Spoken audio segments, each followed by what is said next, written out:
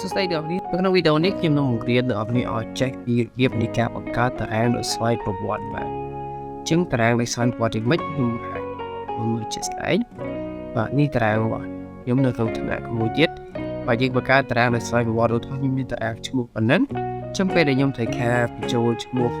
បុគ្គលិកគឺខ្ញុំបញ្ចូលតែឈ្មោះនេះទេផ្នែកលេខនេះខ្ញុំមិនចាំបាច់បញ្ចូលទេហើយតារាងក៏ខ្ញុំមិនចាំបាច់ទៅ select កន្លែងនេះហើយយើងទៅដាក់តារាង ID ដែរនេះធម្មតាយើងដាក់អញ្ចឹងវិញដើម្បីបង្កើតច្បាស់តារាងប៉ុន្តែនេះអត់ទេយើងមិនចាំបាច់ធ្វើចឹងទេបងបាទយើងវាយតែឈ្មោះចូលមកទៅយើងឈ្មោះ no b ទៅដល់ជាតារាងនេះវាចេញតារាងមកដោយខ្លួនឯងចេញលេខរៀងហត់ដោយខ្លួនឯងដល់បាទមួយទៀតបាទចេញទៅវាយចូលមកទេដូចបើយើងឆ្លោះគ្នាវិញគឺចេញមកតាមលេខរៀងមកទៅដែរហេបាទចឹងពេលដែលយើងលុបចេញវិញលុបជួរចេញវិញទៅតារាងនោះគឺវាលុបទៅតាមនឹងដែរបាទគឺស្វ័យប្រវត្តិតែម្ដងឆ្លាតមែនតើអញ្ចឹងយើងមិនចាំបាច់ខាត់ពេលនៅក្នុងការគូសតារាងអង្គុយ select ចេះឲ្យបានទៅយកតារាងដាក់កន្លែងនេះបាទចេះកុំឲ្យខាត់ពេលគឺតារាងយើងមានប៉ុណ្ណាតើយើងមានប៉ុណ្ណាគឺតារាងនោះរត់មកប៉ុណ្្នឹងអូតូតែម្ដងណាអូខេតោះចេះកុំឲ្យខាត់ពេលយើងចូលទៅកាន់មេរៀននេះទៅហើយដើម្បីរៀនបង្កើតអូខេចេះទី1កន្លែងនេះគឺយើងបង្កើតកន្លែងលេខរៀងសិនអញ្ចឹងបងប្អូនត្រូវដឹងថាតើទិន្នន័យដំបូងគេដែលយើងបញ្ចូលនោះគឺយើងបញ្ចូលអីគេជាយើងយកអានឹងជា goal ណាឧទាហរណ៍កន្លែងនេះខ្ញុំទិន្នន័យដែលខ្ញុំបញ្ចូលមុនគេគឺជាលេខកូដតំណែងណាអញ្ចឹងខ្ញុំយកលេខកូដតំណែងនេះជា goal តែបើសិនជាបងប្អូនថាខ្ញុំជាទូទៅខ្ញុំវាយឈ្មោះតំណែងចូលមុនហើយខ្ញុំមិនដាក់លេខកូដតាមក្រោយអញ្ចឹងយើងត្រូវយកនេះធ្វើជា goal ណាអូខេតោះអញ្ចឹងយើងប្រើរូបមន្តស្មើ if បើយើងបញ្ចូលមកចឹងបើសិនជាកន្លែងនេះបាទបើសិនជាលេខកូដទៅបាទ copy ទៅទេ គឺមានសញ្ញាតូចយើងដាក់សញ្ញាតូចធំនោះមកហើយទៅទេគឺសញ្ញា double quote ពីរដងបាទនេះចឹងបើសិនជាកន្លែង cell នឹងកន្លែងលេខកូដទៅ copy ទៅទេមានន័យថាវាមាន A វាមាន B វាលេខឬក៏វាមានអីក៏ដោយឲ្យតែមានតន័យក្នុងនឹងមានន័យថា cell នឹងវា copy ទៅទេចឹង comma មួយយើងឲ្យវាចេញមកលេខ1បាទតែដំបូងគេគឺលេខរៀងទី1ហើយ comma មួយទៀតបើសិនជាវា copy នឹងមានន័យថាបើសិនជាវាអត់មានតន័យវិញវាទៅទេវិញអញ្ចឹងយើងឲ្យវាចេញមកទៅទេដូចគ្នាបាទបើសិនជាវាអត់មានតន័យវាទៅទេអញ្ចឹងឲ្យវាចេញតម្លៃមកគឺទៅទេហើយយើងបិទក្នុងកញ្ចក់វិញ enter អញ្ចឹងកន្លែងនេះគឺវាអត់មានតន័យទេវាទៅទេអញ្ចឹងកន្លែងនេះគឺវាចេញមកទៅបាទបន្ទាប់មកនៅក្នុង cell ទី2នេះបាទនឹងចូលទី2ដែលញាក់មុនបាទយើងប្រើរូបមន្តនេះ smart if បើសិនបើកន្លែងនេះមិនដែរ copy ទៅទេ copy ទៅទេមកមុនដល់ហើយរូបមន្តណាគឺធំជាធំតូចហើយនឹងសញ្ញា double quote ពីរដងហើយខាងមកមួយឲ្យវាចេញមក mark បាទរូប mark នេះមកពី maximum មករូបមន្តគេបើយើងចប់មកគឺយើងយកពីកន្លែងនេះ cell នេះ set A4 ហ្នឹងset A4 មានថាវាធំបំផុតបើលេខដែលធំបំផុតពីកន្លែងហ្នឹងហើយយើងដាក់ដុល្លារអបអញ្ចឹងបងចងវាមកចុច shift ហើយនឹងលេខ4មកដើម្បីចងវាជារូបដុល្លារហើយកន្លែងនេះគឺយើង shift ហើយលេខ4ដែរដើម្បីជារូបដុល្លារអញ្ចឹងមានន័យថាយើងយក maximum ពីត្រឹម cell A4 ហ្នឹងចុះមកក្រោមមកលេខពីគេហ្នឹងហើយទៅដល់ណាបងបាទទៅដល់ A4 នឹងដូចគ្នាយើងដាក់ដុល្លារហើយមក A4 មានន័យថាយើងចង cell នឹងចប់មកកន្លែងអននឹងត្រង់ A ហ្នឹងហើយបិទមុខកញ្ចក់វិញបូកថែម1បាទអញ្ចឹងមានន័យថាបើសិនជាវា copy ទៅទេអញ្ចឹងឲ្យយក maximum របស់ cell នេះបាទចាប់ពីត្រឹម cell នឹងចុះទៅក្រោមទៅរហូតវត្ត A4 A5 តនេះរហូតបើយើងអូតដល់ណាគឺវាមានដល់ហ្នឹងដែរហើយបូកថែម1បាទcommand មកបើសិនជាវា copy ហ្នឹង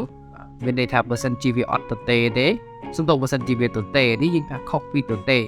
ចាប់ដល់ឡែកបើសិនជាវាទៅទេវិញអញ្ចឹងឲ្យចេញមកទៅទេណាហើយយើងបិទមុខកញ្ចក់មក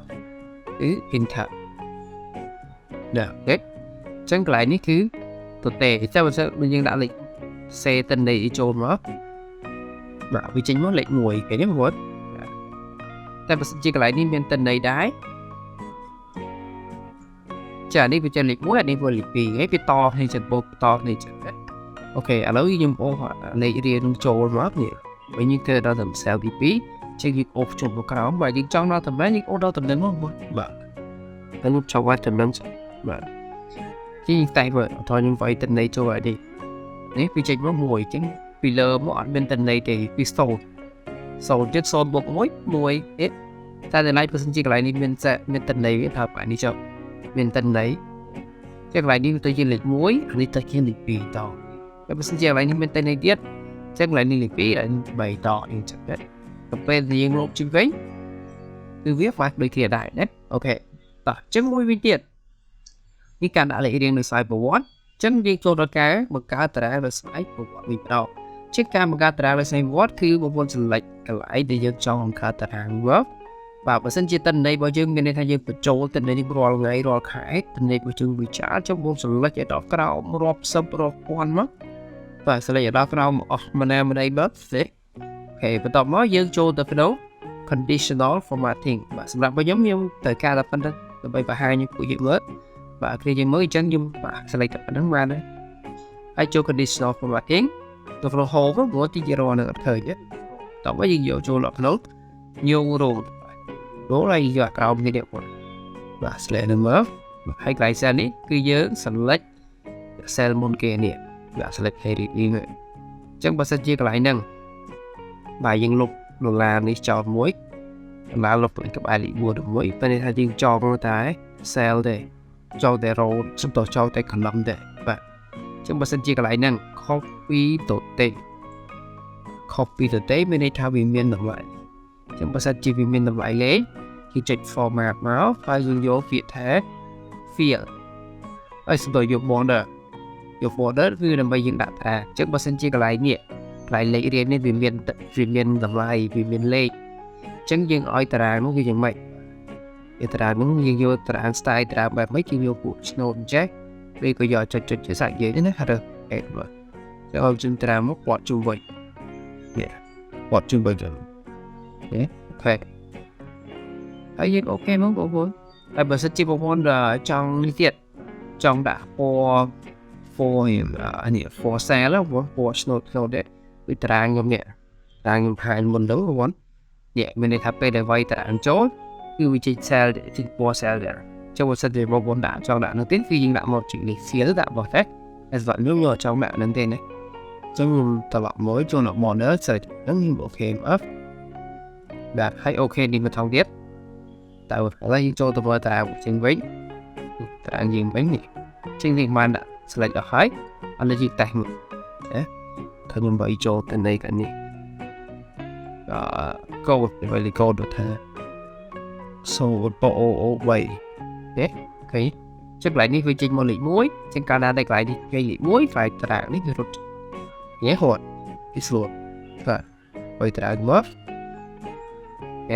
ចុះបើយើងចង់វាយឆ្លោះបើទៅនេះក៏វាស្រួលអត់បាទចុចមកដូចនេះបែបអូខេងាយស្រួលហើយដល់ពេលយើងចង់លុបតារាងនឹងវិញយើងមិនបាច់ចាំអង្គុយដោះទេបងប្អូនបើយើងលុបតាតន័យទៅស្រួលហើយយើងមកហើយអត់ងាយស្រួលឡងបងប្អូនអូខេអញ្ចឹងវីដេអូនេះខ្ញុំបញ្ចប់តែប៉ុណ្្នឹងហើយតើនេះយកទៅរៀនធ្វើទៅអរគុណចា៎ជ័យជួបគ្នានៅវី